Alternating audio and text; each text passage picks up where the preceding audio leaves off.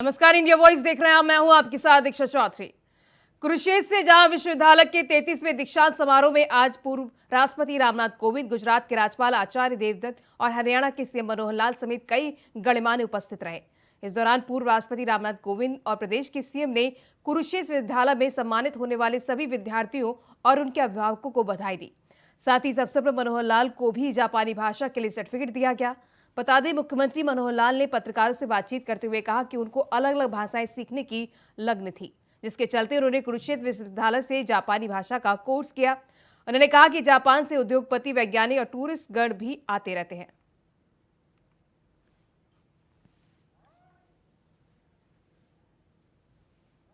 करने का एक मंदिर होता है और मैं आज ऐसे सब विद्यार्थियों को जिन्होंने आज अपनी शिक्षा पूरी करके उपाधि ली है, पदक भी लिए हैं, उन सबको, उनके माता पिता को, उनके जितने भी अभिभावक हैं और जो विश्वविद्यालय के हमारे आचार्य प्राचार्यगण हैं, उन सबको बहुत बहुत बधाई भी देता हूँ, शुभकामना देता हूँ। और अपने जीवन में ये सब विद्यार्थी यहाँ से शिक्षा लेकर के इसका उपयोग समाज में करें, सेवार्थ यहाँ से जाएँ, शिक्षार्थ आएँ, सेवार्थ जाएँ, इसके ऊपर काम करते हुए आगे बढ़ें। जहाँ तक एक दूसरा विषय जो आपकी जानकारी में है ही कि मैंने भी आज मुझे एक जापानी भाषा सीखने का एक सर्टिफिकेट दिया गया है। हमने यहाँ 6 विद्यार्थियों ने, जिसमें हमारे यहाँ के कुलपति श्री सोमनाथ सचदेवा भी शामिल रहे हैं, हमने जापानी भाषा सीखने का एक प्रारंभ किया है प्रकल्प। बहुत, जिसको कहना चाहिए, प्रारंभिक स्तर की जानकारी हमें हुई है ताकि वहाँ के लोगों से, क्योंकि बहुत से लोग मिलने के लिए आते रहते हैं, उनसे वार्तालाप होती है, बातचीत भी होती है, निवेशक होते हैं, उद्योगपति होते हैं, टूरिस्ट होते हैं, तो ऐसे लोगों से बातचीत करके स्वाभाविक रूप से दूसरी भाषा सीखकर जब भी हम किसी से बात करते हैं तो उनको भी अपनेपन की भावना जागती है। तो संबंध बनाने में भाषा जो है ये बहुत बड़ा एक उपयोगी, जिसको कहना चाहिए, विषय है। सबको कोई ना कोई अपनी भाषा के अलावा अन्य भाषा जरूर सीखनी चाहिए। ये मेरा आप सर, आपके कार्यकाल में नई नई भाषा के कोर्स शुरू हुए हैं, इसके बारे में क्या कहेंगे? हमने चाहे अपने देश की अन्य भाषाएं हों, क्योंकि देश में संविधान पर बहुत सी भाषाएं हैं, तो अपनी भाषा के अलावा वो भी सब सीखनी चाहिए। उसके कोर्सेज भी कई जगह शुरू हुए हैं। विदेशी भाषाएं भी जहाँ जहाँ दुनिया में हमारे नागरिक जाते हैं वहाँ पर भाषा सीखेंगे तो उनको लाभ भी होगा, उनको सफलता भी मिलेगी। इसलिए अन्य भाषाएं हैं, चाहे वो जापान की है, चाहे वो फ्रेंच की है, चाहे वो चाइनीज़ है, चाहे वो बाकी भाषाएं हैं, वो अगर सीखेंगे तो एक संबंध बनाने में वार्तालाप। पंचकुला में विधानसभा स्पीकर ज्ञानचंद गुप्ता ने प्रेस कॉन्फ्रेंस की। इस दौरान उन्होंने कहा कि आजादी का अमृत महोत्सव चल रहा है। इस बार 77वां स्वतंत्रता दिवस मनाने जा रहे हैं। मातृशक्ति के सम्मान में एक तिरंगा यात्रा रखी गई है। इसी कड़ी में जिले में शनिवार को तिरंगा यात्रा निकाली जाएगी। मेजर संदीप सागर चौक से तिरंगा यात्रा की शुरुआत होगी। साथ ही उन्होंने कहा कि इस यात्रा में जो शहीद हुए हैं उनके परिवारों को भी सम्मानित किया जाएगा। बीजेपी राष्ट्र प्रेम और देशभक्ति के उत्कृष्ट के लिए काम करती रही है। इसके साथ ही उन्होंने कहा कि इसके अलावा 13 से 15 अगस्त तक घर घर तिरंगा, हर घर तिरंगा अभियान चलाया जाएगा। मेरा देश मेरी माटी कार्यक्रम के तहत जो मिट्टी उठाई जाएगी उसको अमृत वाटिका में प्रयोग किया जाएगा। मिट्टी से हम हर गांव तक जाएंगे।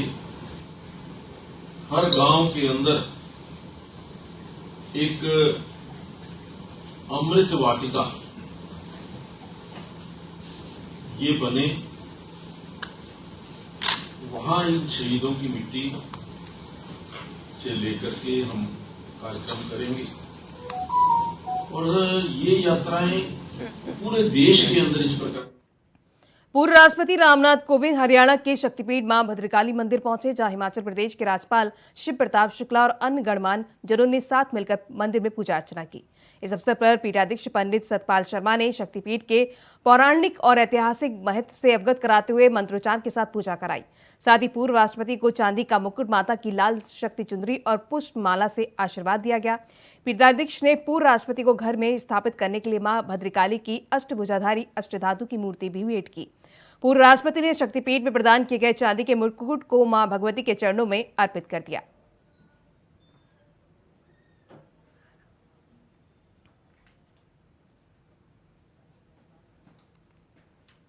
अब खबर बिहार से। बिहार में मोतिहारी में बेलगांव अपराधियों ने बाइक पर जा रहे 2 लोगों को गोली मार दी, जहां गोली लगने से एक की मौत हो गई और दूसरा बुरी तरह से घायल हो गया। आपको बता दें, मोतिहारी में पिछले 1 सप्ताह में हत्या का ये तीसरी घटना है। तो वहीं गोली की आवाज सुनकर आसपास के लोग दौड़कर आए और दोनों जख्मियों को इलाज के लिए मोतिहारी भेजा गया, जहां एक को डॉक्टर ने मृत घोषित कर दिया है। तो वहीं घटना की जानकारी मिलने के बाद डीएसपी इंस्पेक्टर और थाना पुलिस मौके पर पहुंची और इंस्पेक्टर ने घटना की जांच शुरू कर दी है। अधिकारी के निर्देश पर घटनास्थल को सील कर दिया गया है। मामला ये तो इनके पिताजी का नाम ओम प्रकाश गुप्ता हुआ। आलू का ये व्यवसाय है इनका और ये अपना बिजनेस करते थे। माल उनका पैसा वैसा लाने के लिए अपना छोड़ा दोनों इनका व्यवसाय चलता है, आना जाना रहता है। दिन पर दिन ये जो क्रिमिनल है उसका हमेशा दिन पर दिन ग्राफ बढ़ते जा रहा है। हम चाहेंगे प्रशासन से जल्द उसको गिरफ्तारी करे। हाँ, लक्ष्मीपुर इनका घर हुआ लक्ष्मीपुर, जो नौरंगिया पंचायत के अंतर्गत आता है। अच्छा, ये कितने लोग थे? ये मालूम नहीं है हमको, यहीं से सूत्रों के हवाले से खबर मिला है। ऐसा घटना घट गई है तो हम अभी घर से अपने पंचायत का काम देखते हुए हम कितने लोग को गोली लगी है, जानकारी है? नहीं, हम 2 आदमी। हरियाणा की नागल चौधरी के गांव नगल की नदी में एक शव पड़ा मिला, जहां शव मिलने से गांव में कंप मच गया। आपको बता दें, सूचना पहुंची पुलिस ने शव को कब्जे में लेकर पोस्टमार्टम के लिए भेज दिया है और मामले की जांच पड़ताल में जुट गई है। तो वहीं मृतक पीपानागल गांव का बताया जा रहा है, जिसकी जांच पड़ताल में पुलिस मामले की छानबीन में जुट गई है। फिलहाल इस घटना के बाद इलाके में हड़कंप मचा हुआ है, लोग दहशत में है।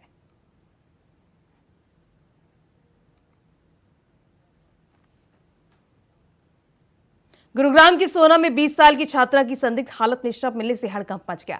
सोना स्थित केआर मंगलम यूनिवर्सिटी की छात्रा ने सोसाइटी के फ्लैट में फांसी लगाकर आत्महत्या कर ली। मृतक छात्रा बीसीए द्वितीय कक्षा में पढ़ती थी। मृतक ने मृतक छात्रा के शव को पोस्टमार्टम कराकर परिजनों को सौंप दिया है। फिलहाल अभी तक छात्रा की मौत के कारणों का खुलासा नहीं हुआ है। पुलिस मामले की जांच पड़ताल में जुट गई है। तो गुरुग्राम से छात्रा का संदिग्ध हालत में शव मिला है, जिसके चलते इलाके में हड़कंप मच गया है। छात्रा ने फांसी लगाकर अपने कमरे में आत्महत्या कर ली है। फिलहाल पुलिस इस मामले की जांच पड़ताल में जुट गई है।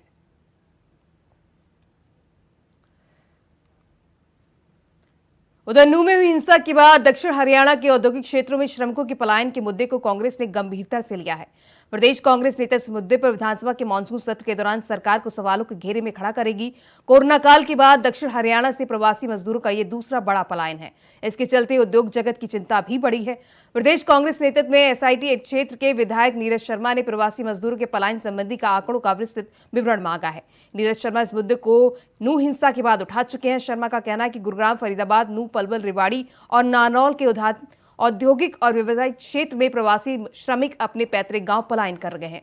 नीरज शर्मा ने कहा कि दंगों के फैलने के डर से दिहाड़ी मजदूर, फैक्ट्री श्रमिक, फल सब्जी विक्रेता और मोटर मैकेनिक इत्यादि पलायन कर रहे हैं।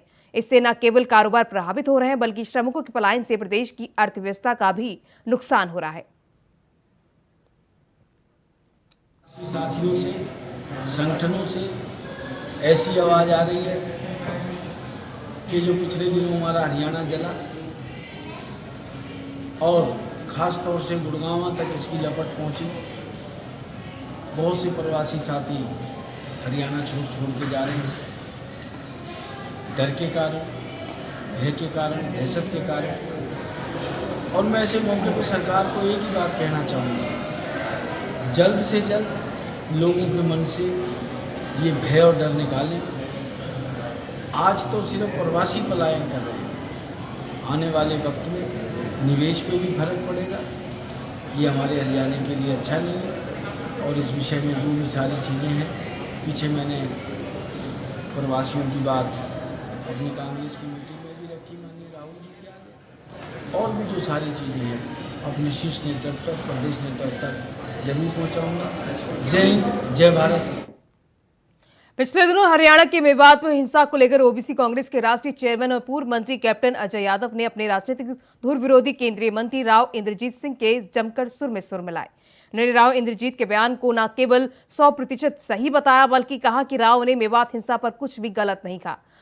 उनका भी बीएचई के लोगों से सवाल है कि ये लोग ब्रजमंडल यात्रा के दौरान हथियार लेकर क्यों गए थे। कैप्टन ने कहा कि बीएचई के लोग मेवात में जमकर मुस्लिम को उकसाते हैं और वैसे भी विश्व हिंदू परिषद का मकसद सिर्फ हिंदू मुस्लिम के नाम पर दंगे भड़काना है। ऐसे में बाहरी लोग को चाहिए कि वे मेवात जाकर आपसी भाईचारा ना बिगाड़ें। कैप्टन अजय यादव ने पत्रकारों से बातचीत करते हुए कहा कि सदन में राहुल गांधी द्वारा फ्लाइंग किस मामले पर कहा कि फ्लाइंग किस कोई मुद्दा नहीं है। भारत जोड़ो यात्रा के बाद से सरकार राहुल गांधी को घेरने के बहाने ढूंढ रही है। असल में सरकार 50 साल के युवा से घबरा गई है और असल मुद्दों पर सरकार का कोई ध्यान नहीं है। हमारे मोहल्ले के जितने भी जगन गेट के जो साथी हैं उनका टेलीफोन आया था कि यहाँ पर जो है डंपिंग यार्ड बना दिया है। तो मेरी ईओ से बात हुई थी, तो मैंने उनसे कहा था कि भी आपने डंपिंग यार्ड बना दिया तो यहाँ से रोड रेगुलर कूड़ा उठाना चाहिए। तो कहने लगे कि हमें कुछ दिक्कत राम सिंहपुरा में आ रही थी, तो वो हमारी सॉर्ट आउट हो गई है, हम जल्दी इसको खाली करेंगे। मेरा ये कहना है कि इतना कूड़ा इकट्ठा करने का मकसद क्या है? एक आध टोली डाल दें तो कोई बात नहीं है। अब ये बाहर तक आ रहा था, अब मैंने जब फोन किया जब इसको अंदर कर रहे हैं, तो अब हमने हरियाली तीज से पहले ही रेवाड़ी के बाजार रंग बिरंगी छोटी बड़ी अनेक तरह की पतंगों से सजने लगे हैं। लेकिन पतंगों को उड़ाने के लिए आप जिस महंगे यानी पतंग उड़ाने वाली डोर का प्रयोग कर रहे हैं उससे सावधान हो जाएं। ये डोर न केवल आपको बुरी तरह से घायल कर सकती है, बल्कि तीज के त्योहार पर पतंग की ये सुनहरी डोर आपसे आपकी या अपनों की जिंदगी भी छीन सकती है। जी हाँ, सही सुना आपने, धागे के मांझे पर चाइनीज रील ने पानी फेर दिया है। लोगों के लिए खतरे की घंटी बनी चाइनीज रील के कारण अब तक न केवल कई हादसे हो चुके हैं, बल्कि कई लोगों की जान तक जा चुकी है। ये रील न सिर्फ इंसानों के लिए बल्कि आसमान में उड़ रहे बेजुबान पक्षियों के लिए भी जानलेवा है। खबरों के मुताबिक रेवाड़ी के 22 वर्षीय यशवीर बाइक पर सवार होकर अपने घर जा रहा था। गांव बीकानेर के पास वह चाइनीज डोर की चपेट में आ गया, जिससे उसकी जान पर बन आई। इस डोर से युवक की गर्दन का आगे का हिस्सा और उंगली चीर दी। गनीमत रही कि युवक ने गले में चोलियां बांधा हुआ था, जिससे उसकी जान बच गई। हालांकि बड़े खतरे को देखते हुए मुख्यमंत्री उड़न दस्ता और गुप्तचर विभाग की टीम ने शहर के कटला बाजार में छापेमारी कार्रवाई के दौरान 2 दुकानों से प्लास्टिक की पतंग और डोर बरामद कर दोनों पर 25-50 हजार रुपए का जुर्माना लगाया है।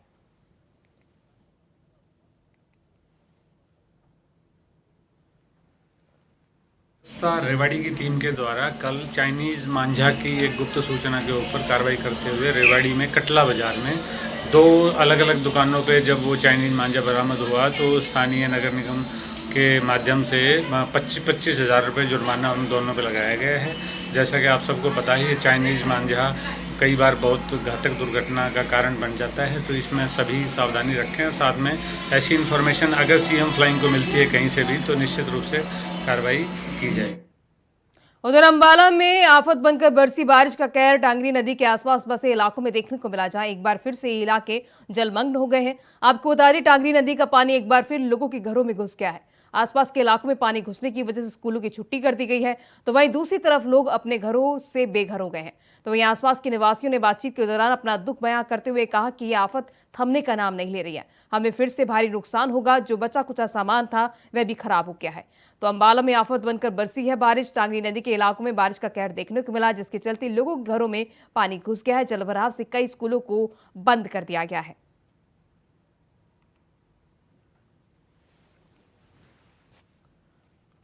अब बात करते हैं मध्य प्रदेश की। मध्य प्रदेश के नरसिंहपुर नगर में उस समय सनसनी फैल गई, जहां गुप्ता आरएन के पास एक युवक ने लगातार फायरिंग शुरू कर दी, जिससे एक अज्ञात युवक आदित्य के पैर में गोली लग गई और वह गंभीर रूप से घायल हो गया।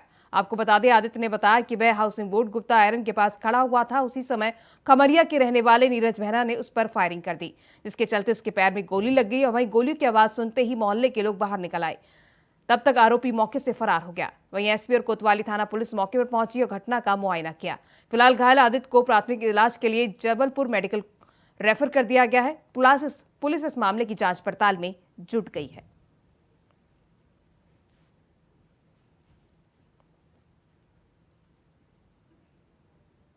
पूरा मामला इसमें घायल है आदित्य और एक नीरज मेहरा नाम का लड़का है। उसके ऊपर आरोप है, किसने इसके ऊपर 2 फायर किए हैं। इसमें पुलिस ने आपराधिक मामला दर्ज कर लिया है और घायल को उसके परिजन जबलपुर को ट्रीटमेंट के लिए गए हैं। सर, पहले से भी कोई आपराधिक कल आरोपी की गिरफ्तारी में 4 पार्टियां नहीं हुई हैं और ये बताया जा रहा है कि इनके बीच पूर्व की कोई रंजिश है। पहले से कोई आपराधिक मामले? हम इसको सर्च करवा रहे हैं और रिकॉर्ड के हिसाब से देखते हैं। उधर हरियाणा के मुख्यमंत्री मनोहर लाल को ऑनलाइन जापानी भाषा के कोर्स की संपन्न पर सर्टिफिकेट दिया गया, जहां पूर्व राष्ट्रपति रामनाथ कोविंद ने सीएम को सम्मान दिया। आपको बता दें कि कुरुक्षेत्र विश्वविद्यालय में जापानी भाषा का बेसिक कोर्स शुरू किया गया था। वही कोर्स के प्रथम छात्र के रूप में कोर्स कंप्लीट करने के लिए मुख्यमंत्री को सर्टिफिकेट दिया गया। सीएम ने ऑनलाइन जापानी भाषा का कोर्स किया।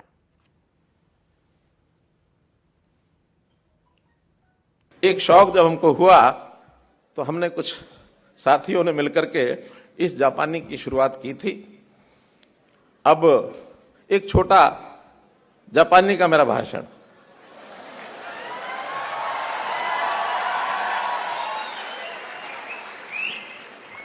साथ साथ अर्थ भी बताऊंगा, लंबा नहीं है।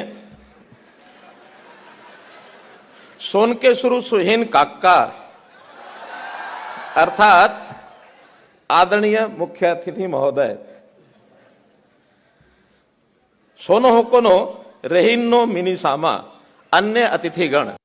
बढ़ती खबरों में आगे अब बात करते हैं पंजाब की। पंजाब के सीएम भगवंत मान सरकार की हर शुक्रवार डेंगू पर वार की मुहिम जारी है। इस दौरान कैबिनेट मंत्री डॉक्टर बलबीर सिंह ने सेहत विभाग की टीम के साथ मोहाली कॉलोनी का दौरा किया। बता दें कि दौरे के दौरान कैबिनेट मंत्री को अलग अलग जगहों पर भरे पानी में डेंगू का लार्वा मिला, जिसके बाद डॉक्टर बलबीर सिंह ने इलाके के लोगों को डेंगू से बचाव के लिए जागरूक किया। साथ ही पानी में डेंगू की लार्वा को खत्म करने के लिए गेविशिया मछली को भी छोड़ा गया।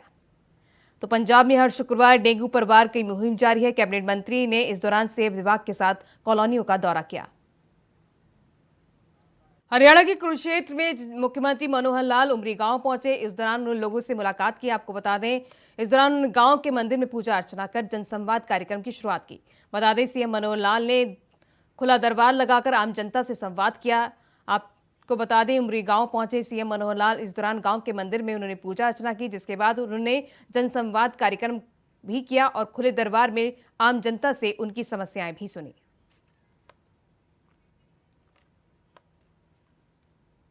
उधर मुरादाबाद में आधा दर्जन से ज्यादा गांव बाढ़ की चपेट में आ गए, जहां रामगंगा नदी का विकराल रूप जनसंपर्क के कुरीबाग से जुड़े आधा दर्जन से ज्यादा गांव में घुस गया, जिससे हजारों लोग बाढ़ की पानी का दंश झेलने को मजबूर हैं। आपको बता दें, पिछले 10 दिनों से बच्चे स्कूल नहीं जा पा रहे हैं और तो और अब्दुल्लापुर के सैकड़ों लोगों के सामने राशन की भी परेशानी खड़ी हुई है, क्योंकि गांव को चारों तरफ से नदी के पानी ने घेरा हुआ है और लोग जिला मुख्यालय से कटे हुए हैं। साथ ही हजारों बीघा गन्ने और दूसरी फसलें बर्बाद हो चुकी हैं। गांव के लोगों ने प्रदेश के मुखिया योगी आदित्यनाथ से गुहार लगाते हुए कहा कि उनके गांव के संपर्क मार्ग को जब तक ठीक नहीं कराया जाएगा, वो लोग इसी तरह बाढ़ की मार झेलते रहेंगे। तो फिलहाल इस बुलेटिन में बस इतना ही। खबरें लगातार जारी हैं। नमस्कार।